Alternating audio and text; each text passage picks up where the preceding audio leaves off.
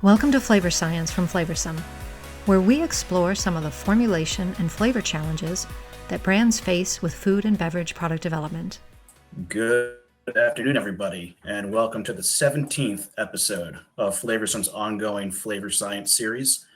This week, we'll be talking about seasonal flavors from insights to applications. I'm Philip Beckett, Senior Consumer Insights Manager here at FlavorSum. Today's webinar is our first of 2026, but it's not the last. If you're a returning viewer, welcome back. And if you're new to these webinars, welcome and enjoy the next 45 minutes or so. Today, we'll learn about the impact of seasonal and limited time flavors. These short-term offers can spur on incremental revenue, tie your brand to a season, holiday, or cultural event, and reach a new consumer base. Before we start, we have a few points to help the session flow smoothly. If you've received the sample kit with the cookies we'll be tasting in a bit, please have it nearby and ready for that portion of the webinar. If you have questions, please use the chat or Q&A feature in the Demio platform to submit them. We'll answer as many as we can in the time allotted. We'll also be sending out a few polls throughout the webinar. When those go live, you can access them by clicking polls in the upper right. You will receive a copy of the slides and a recording of the session to view again at a later time. And we will post the recording on our website and on our podcast, FlavorScience from FlavorSum, available on Spotify and Apple Podcasts. Joining me is Casey Rhodes, application scientist here at FlavorSum, who also developed and put together the samples we'll be tasting today. Casey, why don't you introduce yourself? Yep, I'm Casey Rhodes. I'm an application scientist here at FlavorSum. I've worked for FlavorSum for 12 years. And like Phil said, I've developed these cookies that you'll be tasting today. Excellent. Thank you very much. Why do seasonal and LTO flavors make an impact? LTO meaning limited time offer. Research has shown that new flavors, including seasonal LTOs, influencing purchase behavior among North American shoppers. 46% of North Americans are on the lookout for flavors they've never tried before when shopping for food or drinks. This is whether they're seasonal, LTOs, or just something they haven't heard of. When it comes to seasonals and LTOs, specific seasonal flavors have a strong impact. 20% of North Americans agree that seasonal flavors impact their food and drink of choice. I'm going to start a poll now. You should see it pop up here right now. We won't be sharing these with anybody. This is just for conversational bit. So if you want to answer, please go ahead. And we'll touch on this here in a minute. So what is the evolving state of seasonal and limited time offer new product development? Seasonal and LTO claims have been growing across a wide variety of categories. This is Mintel launch data for North America. North America in this context is US and Canada. And what we can see is that in 2021, about 3% of products launched were seasonal and about 2% were LTO. And that has grown tremendously over the last 5 years to where 7% of launches are seasonal, 3.5% are LTO. And that's a very, very strong compounded annual growth rate or CAGR, 22% for seasonal launches and 17% for limited time offers. We see this across a wide variety of categories as well. These are the top 10 categories with seasonal LTO claims. So bakery has the most launches that have a seasonal or LTO claim, followed by chocolate confectionery and then sugar and gum confectionery. And we see that growth, that CAGR, is present among most of these categories. Alcoholic beverages and breakfast cereals are pulling back a bit with seasonal and LTOs. But out of the 8 that are growing, they're all outpacing general launches across North America. So Casey, as you're in your role as an application scientist, what are some of your experiences working within these categories, and how often do you see seasonal projects come through? Oh, I see them come through all the time. I'll even see them come through a year in advance for the following year. So I think they're really important to have. Yeah, especially with the short time, there's new supply chains to stand up. So it is wise to sort of have a head start. Thinking about 2027, even in the Q1 of 2026. From our poll, we see that about half of the people viewing have a robust seasonal LTO program, and a few don't have a seasonal LTO products at all. So we do have a wide range of viewers. So glad to see you're all here. How are seasonal LTO products being brought to life? So what we've realized is these aren't just for the holidays anymore. Oftentimes, when people say seasonal, they think Christmas, they think winter, but that's not the case. So here's 4 products recently launched that have those seasonal LTO attributes, but aren't necessarily just in the winter. The first one is actually a summer seasonal. They don't call it seasonal, but it's very clearly marketed towards that tropical limited edition. Lots of beach, vacation, warm weather vibes. So there's a lot of pineapple in this one, so it's with that season and with that harvest. And this one, when Mintel put this to their consumer panel, 67% of people said they would likely purchase this. Then that is significantly outperforming the bakery category as a whole. The next one is more of a winter, fall winter. This is a seasonal edition pumpkin spice. It's a fig bar, falls into the snack category. 43% said that they would likely purchase this, outperforming the category. Moving over to beverages, we have a hot beverage. This is a McCafe Keurig K-Cup style product. Came out in March of last year. Limited edition on the front. On the back, it says berry delightful way to savor springtime, very much queuing up springtime flavors. Strawberry and cream pie. This is a 40% likely purchase, significantly outperforming the category. And then moving into dairy, non-dairy. This was from Calafia Farms. This is a horchata, limited edition, festive horchata, traditional treat, hitting on quite a bit of those marketing attributes. 50% likely purchase, significantly outperforming the overall category. So we often look at social discussion, what people are saying online, to really give us a forward-looking indicator of what people are talking about and what they might be desiring to purchase. And so when we look at seasonal and LTO discussions, seasonal discussions across food and beverage, and this is US data, are 40% in the past year, whereas LTO, limited edition, synonymous within the platform, conversations are up about 11%. And this is from a large group of people. So the term seasonal, I stuck with that one. 175,000 people are talking about it. Each person posts about twice. There's a robust library of recipes, dishes, and restaurants. So this is not just packaged food. This is also food service. A lot of restaurants are talking about seasonal releases as well. And what are the occasions that people are talking about when it comes to seasonal? With the success of pumpkin spice and other sort of autumn flavors, it's no surprise that autumn is the number one occasion that people are talking about seasonal. But we also see sort of what I like to call in-week seasons, where the number two occasion people are talking about seasonal is the weekend. So don't ignore sort of those in-week seasons where this might be a weekday food or beverage, and this might be a weekend food or beverage. As we saw in the launch of that tropical snack cake, summer comes in at number 3. And then as you go down, you see those specific seasons and key holidays really coming into the conversation. And what are some of the recipes or menu items that people are saving, are hitting the like button on? We see with over 4,000 saves on Pinterest, 4 million saves on Pinterest, are these buttermilk blueberry breakfast pancakes. Right there in the recipe, delicious seasonal berry cake recipe. So very to the forefront of in season when blueberries are available. Moving over to the beverage and a little more of a winter beverage. This is a cranberry and rosemary white wine sangria, 750,000 saves. We have a cinnamon apple quinoa, seasonal breakfast quinoa recipe with 300,000 saves.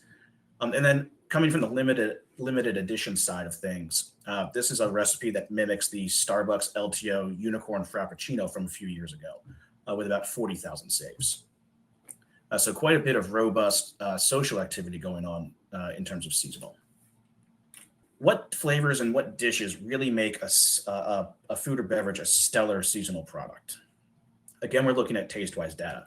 So what we found is that queuing up flavor expectations meet people in the moment. And this offers a solution to their cravings, their desires, their expectations for that season. So you don't want to go too far afield. So you want to have sort of that in-season that people are familiar with, but you can always put a twist on it. And the shift in food choices are a way people mark the changing of the season. So when pumpkin pie is available, people know it's autumn. When lemonade becomes very popular, people know it's spring and summer. From Mintel, 49% of Canadians agree that what foods are available is a key indicator of when the seasons are changing. So it is just sort of a cultural touchstone as well. And don't forget about seasonal nostalgia, sort of a short-term type of nostalgia. Oftentimes when people think of nostalgia, they think of their childhood, something their grandmother made, something, a familiar dinner from their childhood. Seasonal nostalgia, sort of a short-term nostalgia in that it's extending back a year or two. Oh, I had that last year. I can't wait for it to come back again this year. So tapping into those shorter term type of things, but also queuing up the expectations that they will arrive. So what are some of the flavors and dishes that we're seeing around the term seasonal? Broke this into sweet flavors, savory flavors, and then beverage flavors. And there's a wide range of flavors here. Some spring, some summer, some fall, some winter, some that might not immediately queue up seasonality, but for some people, they are very seasonal. Some are self-explanatory. We have here peach cobbler, 20% growth in discussions, very mature flavor. That's obviously going to, sort of peak during peach season when people can either make peach cobbler or buy a pre-made peach cobbler pie or what have you at the store. We see elderberry, very much a more winter type flavor with that cue for immunity. There's a bit of an immunity halo around elderberry. We see French onion soup here under savory, really cues up for a hearty winter meal, sort of cooking over the stove for a couple of hours and making just a very rich, indulgent meal that really peaks in the winter versus the summer. Others are seasonal with a story. So we see here under beverage flavors towards the bottom, limoncello, conversation around limoncello up 22%. That has a story. So to me, it's remember that summer we were on the Amalfi Coast and drank limoncello. So there's that memory, there's that seasonality that goes with it. We also see Mexican coffee here. So a traditional drink with those spice vibes that sort of make it a winter drink. It has that heat to it. So there is sort of the queued up standard, I'll call them standard seasonal flavors, but then there are those ones with a story where you can have quite a bit of marketing, and it really taps into core memories that people might have. What do we think about identifying flavors that put the sparkle in your season? So selecting the right type of seasonal flavor for your category is critical in meeting these expectations. A mismatched flavor can cause sensory confusion. If it's December, it's the holidays, and suddenly you have a tropical fruit punch. It doesn't quite fit the season unless perhaps you're in Hawaii or Florida where it's still in season. So while some seasonal flavors can cross categories, like a gingerbread flavor can elevate an apple cider, others are more difficult to cross boundaries. Something like a lemon basil may work well in a main dish, like chicken or pasta, but they have a more difficult time connecting with people in non-alcoholic beverages. So what are some of these dishes and desserts that are highly correlated with the seasonal flavors? So we have the benchmark numbers here. So across food and beverage, if persimmon is talked about one time, then when it comes to seasonality, it's talked about 11.8 times. So just a sort of a benchmarking thing. But we see persimmon, not the most known flavor, but very correlated with seasonality. White chocolate peppermint and peppermint coming in very strongly. And also chestnut. So very winter forward flavors coming out sort of there on top. And then we start to move into the summer a little bit with that white peach, elderflower, lemon basil, and cherry blossom, all coming in very strongly around seasonality. In terms of non-alcoholic beverages, we see that peppermint mocha again, caramel apple eggnog, and apple cider, very, very strongly associated with the winter. When we start to think about summer, pistachio honey can come in a little bit. To me, that's more of a tea or a coffee flavor, perhaps, but I could see that in some summer beverages. And then nectarine coming in quite strongly, very much a summer type flavor. So how does this all wrap up? So what is possible? And that is really a full seasonal portfolio. Sort of the ultimate goal. If you haven't done any seasonal or LTOs, this might be a few years out. But I see that about half of people on here have a robust seasonal LTO program. So you might already be doing this. But this really involves a rotation of seasonal flavors throughout the year. And then you can modify these as you go. So these are a private label, Favorite Day by Target. We see that in spring of 2023, they have these mini macaroons with strawberry, lemon, pistachio. 2 years later, they revamped. So they're spring macaroons still, but they've really expanded the flavor profile. So pistachio, mango, chocolate raspberry, coconut, black currant, and chocolate orange. So what had been there in 2023, only one of those flavors, pistachio, sort of carried over 2 years later. And they do have a matching program in the winter. This came out in winter of 2023 with those very winter forward flavors: gingerbread, chocolate peppermint, hazelnut, pistachio, dark chocolate, and salted caramel. And we see this across the world as well. So here's an example from Germany. This is a yogurt company called Schobecki. And we see that in summer 2022, they had strawberry elderflower.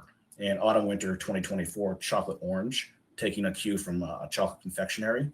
And then in summer 2025, they had blackcurrant. So you can either change your portfolio often, or you can sort of bring out the same thing year after year. You don't need to have an ever-changing seasonal portfolio. The prime example of this is Starbucks pumpkin spice latte, going on 20 plus years now. But others include the McDonald's Shamrock Shake for St. Patrick's Day, sort of the peppermint, the spearmint flavor, and then peppermint mocha coffee creamers that we see each winter sort of popping up. So with that, we're going to move into our tasting portion. We have some videos we're going to start off with. So I have those cookies ready. I'm going to go ahead and start these videos. Hi, my name is Casey Rhodes, and I'm an application scientist here at FlavorSum. As we've discussed, flavors matched to the season are a great way to deliver expected tastes. For today's webinar, we developed 3 cookies that will highlight fun seasonal flavors. While we chose to use cookies for this demonstration, seasonal flavors are effective in all categories. We know from research that seasonal and limited time flavors influence the way North Americans shop. From refreshing beverages to alcohol, bakery to ice cream, seasonal flavors catch people's attention. If you were one of the first 25 people to register for this webinar, you should have received a sample box. Inside are 3 cookies that we'll be tasting in a few minutes. So we're going to go ahead and start off with our tasting. We're going to start off in the summer with our key lime pie sandwich cookie. This is the thick one with the icing. When we put in spring or summer plus key lime, we see that conversations are up about 8% in the past year, with about 6,000 people talking about this, and a number of recipes and dishes, and even restaurants associating key lime with spring and summer. And here's a few posts and examples of what's out there. The brand Nothing Bundt Cakes, they had a summer seasonal key lime bundt cake that ran from June 9th to June 22nd of last year. We see that there's this no-bake key lime cheesecake recipe with about 7,000 likes on Instagram. And then a recipe that you could make at home, a frozen key lime pie pop. So taking that pie platform, putting a popsicle stick in it, freezing it so it's a delicious, cool, a frozen treat. We go on to the second video. We're going to start with a summer seasonal bakery flavor, key lime pie. We turn this profile into a delicious sandwich cookie, making a dessert needing a fork into a portable treat. We can highlight notes from a classic key lime pie in this format. Sweetness from the cream filling takes the place of condensed milk alongside a key lime flavor. The cookies contain a graham cracker flavor emulating the crust. We chose key lime pie because key lime is one of our summer bakery flavors to watch from FlavorSum's 2026 seasonal flavor guide. Let's get ready to taste. You get an immediate burst of fresh lime zest, then a warm toasty note from the graham cookies. The graham flavored cookies bring mellow sweetness. Then the lime frosting hits. The frosting delivers bright, tangy lime and creamy sweetness that balances the acidity. And so, Casey, as you were putting these together, why don't you talk us through how you formulated this? Yeah, so with this concept, I chose to separate the 2 flavors between the cookie and the frosting filling, just to kind of show the concept a little bit more whole. So we can get the flavors just to come through a little bit better when we break them apart like that, especially for concepts like this. For sure. And also sort of indicates how versatile the flavors are. So you can put it into the cookie, you can put it into the icing. You have options there as you're formulating a product. And maybe you don't have a cookie base, but you are making some other product that could use this flavor. So there is that versatility of moving the flavors among the components. Is that right, Casey? Yes, that's correct. Perfect. Okay, so we're going to move on to our second tasting of the day. And this is a bite of autumn. This is our caramel apple cookie. So taking, sort of a traditional farmhouse or farmer's market treat and turn it into a cookie format. So when people are talking about autumn or winter plus caramel apple, conversations are up 23% in the past year, with about 9,000 people talking about it, a number of recipes, dishes that people have posted on Instagram, and a lot of restaurants using this as well. And we have a number of Instagram posts and Pinterest recipes here. So caramel apple crumble with vanilla ice cream. So just a very decadent autumn dessert with that ice cream component. A recipe to make caramel apple slices. So taking an actual apple, dipping it in chocolate and caramel and nuts, as you can see here. And we see that over 1 million people on Pinterest have saved this. So quite a bit of interest in sort of this portable format or smaller format rather than a whole caramel apple. And then something similar to what we were aiming for here. This is a caramel apple pie cookie. So you can see sort of that classic apple pie crust topping with the cross hatching, what looks like actual apple in there. So sort of a miniature pie with about 800,000 saves on this on Pinterest. So people saying, I want to make this in the future. This looks like something I would eat. So really quite a bit of interest in this particular flavor in this more portable format. We're going to go ahead and play this video while everybody tastes. We're now going to move to fall and winter, taking inspiration from a classic fall treat. Our caramel apple cookie blends the sweetness of caramel with a crisp, fresh apple flavor. The cookie takes on cozy characteristics to match the chill of the season. Caramel apple is one of the fall bakery flavors to watch from our 2026 seasonal flavor guide. Let's get ready to taste. This cookie smells like October kitchens and cookies cooling on the counter. Warm brown sugar is first, then a gentle baked apple note with hints of cinnamon. As you taste, notes of sweet vanilla and butter lead, then the caramel apple flavor builds. The apple note is smooth and rounded, more baked orchard apple than sharp green apple candy. The finish feels cozy rather than tart, indulgent and balanced. And I did put up a poll for that one as well. Just to circle back, the key lime pie, 80% of people thought it was great. So we really appreciate that feedback. And the caramel apple, we're at 75% saying that it's great. So Casey, kudos to the development process. So with that, why don't you talk a bit about this formulation as well? So this one, kind of in the opposite direction. I wanted to show how we can do a combination flavor profile, but in one bite, like in the cookie format by itself. And I also didn't want to lean too far into like your sour apple. So the apple's a little bit more mild than some other apple concepts. But yeah, that's kind of my approach to this one. So with this apple flavor, would you say it's more of a Red Delicious or a Granny Smith, or is there a specific apple varietal that you were targeting here? Probably more towards like the red, but more of like just like a generic apple profile. Okay. And if people were interested, would there be a choice of apple varietal? If they wanted a more tart or they wanted a more sweet, for example? Yeah, absolutely. We have tons of variability there.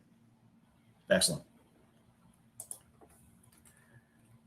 All right, and now we're going to move on to our third tasting, and this was actually a beverage-inspired flavor. Obviously, seasonal flavors aren't just in bakery. We chose that format just for the ease of this webinar, but this does apply to beverages as well. You can take inspiration from other categories and move it across categories. So for this one, we were inspired by a holiday beverage, which is orange pomegranate.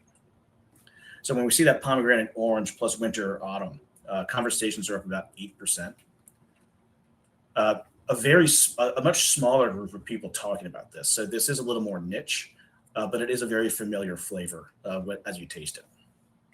And what we see here is sort of replicated in the amount of likes and saves that we see on social media. But you see here two from Instagram. This is where we got the inspiration. Flavor of the season, pomegranate orange. They also, in this one on the left, included apples and cinnamon as well. The woman in the middle, it's a fall-inspired orange pomegranate mocktail. Again, that non-alcoholic beverage. But there are bakery recipes out there. We see here the pomegranate orange scones with about 17,000 saves, using the actual arrows from a pomegranate in this particular instance. But of course, as a flavor house, we have the pomegranate flavor. So as you taste that, we're going to play this video. We're ending with a winter flavor inspired by refreshing beverages, orange pomegranate. These two fruits have harvest seasons coinciding with the fall and winter, making it a perfect seasonal combination. Even in a cookie, the juicy citrus brightness of orange comes through, blended with the deeper tangy flavors of pomegranate. This is an example of how bringing a profile from one food or beverage category can make a splash in another. Orange pomegranate is one of our winter refreshing beverage flavors to watch from our 2026 seasonal flavor guide. Let's get ready to taste. This cookie smells clean, citrus forward, and sophisticated. As you taste, the sugar cookie base delivers creamy vanilla sweetness. Almost immediately, the orange brightens the palate. Then the pomegranate builds, adding a tart red berry note. The finish feels refreshing rather than heavy. The demos we sampled today showcase how you can meet people's expectations for seasonal flavors throughout the year. While you've experienced these flavors through bakery, they fit other categories like yogurt, flavored alcohol, or gummies. The flavors could also be available year-round as part of your core portfolio. Please reach out to us if you would like samples of any of these flavors. Or if you're interested in other seasonal or permanent flavors, we would be happy to work with you. If your project is underway and you need support with applications or flavors, we can help. And Casey, a little bit about this formula, and I have a question on this one once you go through that. Yep. So this one I was going for a balance, just to find a really good balance between the two pieces, the orange and the pomegranate, but also trying to keep it simple. Yeah, approachable, familiar, but in a cookie format. So this brings up a good question. So this was sort of taken from the idea of a beverage and put into a cookie. So what are some difficulties translating like a beverage type flavor into a bakery type flavor, if there are any? Yeah, there's some hurdles to get around. So some of the things going back and forth between like a baked good and a beverage, like some of just like the general things to keep in mind are differences in use rates, the solubility of the flavors, different volatiles that are in the flavors that could, either burn off or, whatnot. So there's just a couple different things you got to factor in when you're converting flavors into different applications. Okay, so it's not just a drop-in solution. You will have to do a little bit of work, but it's not starting from scratch. Yeah, absolutely. Excellent. And it seems like that was the second favorite of the three tastings, with about 75% of people saying that it was great. So excellent job on putting together the samples. I'm sure everybody enjoyed tasting them, even if sometimes one flavor wasn't particularly for you. At this point, I'm going to check the chat, see if anybody has any questions. If you do, please put them in the chat box, and we'll answer them as they come in. I see one here. Why is there a lower level of limited time product marketing within the alcohol category? I don't have a specific answer to that, but it could be due to more limited distribution. I'm based in Maryland, and so we don't have beer, wine, or liquor in mass grocery. It's only in liquor stores. So there could be a point of differentiation around level of distribution. It could also be sort of target audience. A lot of times seasonal LTO flavors have a bit of a kid focus. And so obviously we don't have that in the alcoholic beverage category. So those are just some thoughts. I don't have a specific answer for you, but you could always contact us. We can dig into it further and see if we can figure out an answer to that. What is the standard amount of time for an LTO to be in market? From my experience, these are often, LTOs in particular are not always, but often tied to sort of a cultural event, maybe a movie release, or the World Cup is coming up, so it might be tied to the World Cup. So especially with the LTOs, it could be very tied to the actual cultural event. In terms of the one that we saw, the tropical limited release, that was the bakery product. That might just actually be a seasonal, but they put LTO on there because a lot of people associate the word seasonal with the holidays. So there could just be a choice to say LTO. Limited time also implies induced or artificial scarcity. So, get it now, it might never come back. So that could be a way to spur purchase as well. I have here, Casey, this one might be great for you. What's one classic seasonal flavor like pumpkin spice or peppermint that brands keep bringing back every year? And then how are you seeing ways to give it a fresh twist for 2026?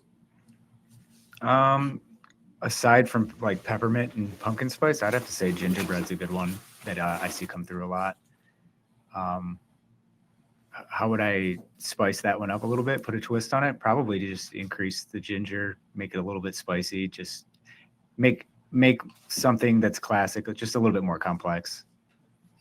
How would you communicate that on a package then if you amped up the gingeriness of gingerbread, for example? Just new formulation? Yeah, maybe new formulation or natural ginger that kind of lets you know that it might be a little bit more spicy. Yeah. I'm thinking about this one. So if you have gingerbread, which is a great, sort of classic, been around forever flavor, you could always match something else with it. So I'm just thinking off the top of my head, but maybe like a caramel gingerbread or something where it's familiar, but it's just different enough. Yeah, definitely pair it with something else for sure. One question here. Do you see LTOs being used to test permanent adoption? Absolutely. LTOs are sort of a natural innovation lab where if you plan to put it out for, say, 3 months and it does really well, you bring it back next year for 5 months, it does really well. It is sort of a natural way to do a test market and get the consumer feedback, make any formulation changes. Casey, do you see that where like an LTO product gets released and then they come back to you and say, this is great, we got feedback, we want to make some changes? Yeah, for sure. Let's see. Do consumers appreciate an earlier time frame to purchase seasonal LTO flavors? We do see, I call it the blurring of time a little bit, and the pumpkin spice creep, perhaps, where it seems like every year pumpkin spice comes out a week earlier. It's kind of like hearing Christmas music at the mall before Halloween even comes. So I do see a bit of that time creep coming in. But you have to be cautious that you don't go too far. And in June, come out with a gingerbread, for example. That's the sensory cue mismatch that will really confuse consumers. So there is a bit of that time creep, but again, be cautious without going too far. Let's see, sort of associated with a previous question, how do you decide when a seasonal or LTO should become a permanent product or if it's better to keep it as is? That's really going to depend on your brand to me. How much incremental income, how well did it sell? Have you done it for several years? Does the LTO or seasonal flavor fit your overall brand identity? So it's an internal conversation. I wouldn't have a one-off LTO and then turn it into a permanent portfolio without any additional thought necessarily. But if you see continued success year on year with an LTO, that is a strong indicator that it could become a permanent product. Casey, any thoughts on that one? Yeah, no, I agree with that. I also think that if you jump too quickly and make something part of your permanent line, then it kind of takes away from like the exclusivity of it, the appeal of the LTO. Yeah, absolutely. That I think I mentioned earlier, that sort of artificial or induced scarcity of, oh, this only comes around once a year, I better get it now or I'll have to wait a whole year. Yeah, to me, I think of the Shamrock Shake from McDonald's. I can't wait for those to come out, and then I always say I wish I could, get them in September, but I don't think I would buy them in September if they were available. All right, it looks like there's no more questions, so we'll hang out for a minute. But I do want to thank everybody for your time.